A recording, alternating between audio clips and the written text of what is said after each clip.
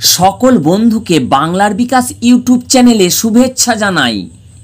আজ হাজির হয়েছি বিএ ফার্স্ট সেমিস্টার 2024 ইতিহাস মাইনরের সাজেশান নিয়ে। এবছর তোমাদের সাজেশানে কয়েকটা প্রশ্ন দিয়েছি, এই প্রশ্নগুলোর উত্তর তোমরা খুব ভালো করে তৈরি করো। 100% তোমরা কমন পাবে। পরীক্ষার পর কিন্তু জানাতে আমাকে একদম ভুলবে না।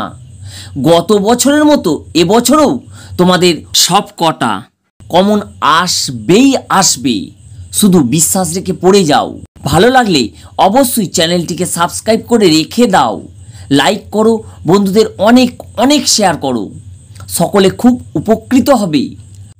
আমি এবার সরাসরি সাজেশানে প্রবেশ করলাম। তোমরা আমার সঙ্গে খাতা কলম নিয়ে বসো এবং সাজেশানটিকে লিখে ফেলো। দেখো, BA first semester 2024 history minor suggestion. তোমাদের 5 নম্বরের জন্য কয়েকটা প্রশ্ন তৈরি করতে হবে, সেগুলো আমি প্রথমে তোমাদের কাছে তুলে ধরছি।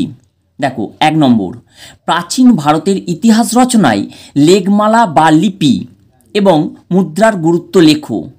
তোমাদের যে কোনো একটাও আসতে পারে, তোমরা সেইভাবে অ্যান্সারটাকে তৈরি করবে। 2 নম্বর, কুষাণ যুগের সাংস্কৃতিক তাৎপর্য আলোচনা করো, কিংবা কোশ্চেনটা এইভাবে দিতে পারে, কুষাণ যুগের সাংস্কৃতিক গুরুত্ব নির্ণয় করো। আচ্ছা, 3 নম্বর, সাতবাহন সাম্রাজ্যের আর্থসামাজিক বৈশিষ্ট্য আলোচনা করো। তারপরে দেখো 4 নম্বর, বৈদিক যুগের মানুষের ধর্মীয় জীবন এবং রাজনৈতিক জীবনের পরিচয় দাও। কোশ্চেনটা একটা তোমাদের দেবে, বৈদিক যুগের মানুষের ধর্মীয় জীবন কিংবা রাজনৈতিক জীবনের পরিচয় দাও, যে কোনো একটা। তারপরে দেখো 5 নম্বর, গুপ্ত আমলে গিল্ড ব্যবস্থার কিভাবে অগ্রগতি ঘটে। তারপর দেখো 6 নম্বর, গুপ্ত শাসন ব্যবস্থার বৈশিষ্ট্য লেখো। এই 6টা কোশ্চেন তোমাদের খুব গুরুত্বপূর্ণ, অর্থাৎ প্রথম থেকে 6টা অত্যন্ত গুরুত্বপূর্ণ। এই 6টা তোমরা খুব ভালো করে তৈরি করবে। দেখো এবার 7 নম্বর, জৈন ধর্মের মৌলিক নীতিগুলি কি ছিল, বা এইভাবে কোশ্চেনটা আসতে পারে, জৈন ধর্মের প্রধান বৈশিষ্ট্যগুলি পর্যালোচনা করো। তারপরে দেখো 8 নম্বর, সঙ্গম সাহিত্য সম্পর্কে সংক্ষেপে আলোচনা করো। শেষ 9 নম্বর, হরপ্পা সভ্যতার বিস্তৃতি আলোচনা করো।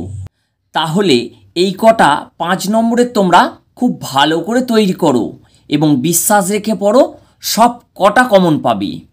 পরে আমি 10 নম্বরের আসছি। এরপর তোমাদের 2 নম্বরের সাজেশান দেওয়া হবে। সমস্ত সাজেশান পেতে চ্যানেলটিকে সাবস্ক্রাইব করে রেখে দাও, তা না হলে খুব মিস করবে।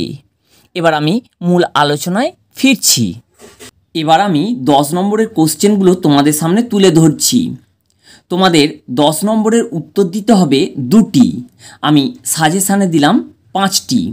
তোমরা এই 5টা খুব ভালো করে তৈরি করে যাও, কমন পাবে। 1, সম্রাট অশোক কর্তৃক গৃহীত জনহিতকর কার্যাবলী বর্ণনা করো। এই কোশ্চেনটা এইভাবে ঘুরিয়ে দিতে পারে, সম্রাট অশোকের ধর্মের মূল নীতিগুলি কি ছিল, লেখো। 2 নম্বর, হরপ্পা সভ্যতার নগর পরিকল্পনা সংক্ষেপে আলোচনা করো। এটাও খুব গুরুত্বপূর্ণ। 3, মৌর্য শাসন ব্যবস্থার মূল বৈশিষ্ট্য পর্যালোচনা করো। তারপর দেখো 4 নম্বর, প্রাচীন ভারতের ইতিহাসে প্রতিবাদী ধর্ম আন্দোলনের পটভূমি ব্যাখ্যা করো। এই কোশ্চেনটা অন্যভাবে দিতে পারে। দেখো, প্রাচীন ভারতে বৌদ্ধ ও জৈন ধর্মের উৎপত্তির সামাজিক ও অর্থনৈতিক পটভূমি লেখো। কিংবা কোশ্চেনটা এইভাবেও দিতে পারে, প্রাচীন ভারতে বৌদ্ধ বা জৈন ধর্মের যে কোনো একটা উৎপত্তির সামাজিক ও অর্থনৈতিক পটভূমি লেখো। যা আসবে তোমরা একটাই অ্যান্সার লিখবে।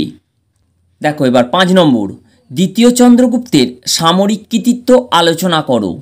কোশ্চেনটা এইভাবেও ঘুরিয়ে দিতে পারে, গুপ্ত সাম্রাজ্যের বিস্তার ও সংহতি সাধনে দ্বিতীয় চন্দ্রগুপ্তের কৃতিত্ব আলোচনা করো। তাহলে তোমাদের এই 5টা কোশ্চেন তৈরি করতে হচ্ছে। তোমরা বিশ্বাস রেখে পড়াশোনা করো, অবশ্যই কমন পাবে এবং পরীক্ষার পর কিন্তু আমাকে জানাতে একদম ভুলবে না। এখানেই সাজেশানটির পরিসমাপ্তি ঘটল। যারা চ্যানেলে নতুন তারা চ্যানেলটিকে সাবস্ক্রাইব করে রেখে দাও এবং পাশের বেল আইকনটিকে প্রেস করতে একেবারে ভুলো না। পরের ভিডিওর অপেক্ষায় থাকো। আজকের মতো এই পর্যন্ত। সকলে খুব ভালো থেকো। ধন্যবাদ।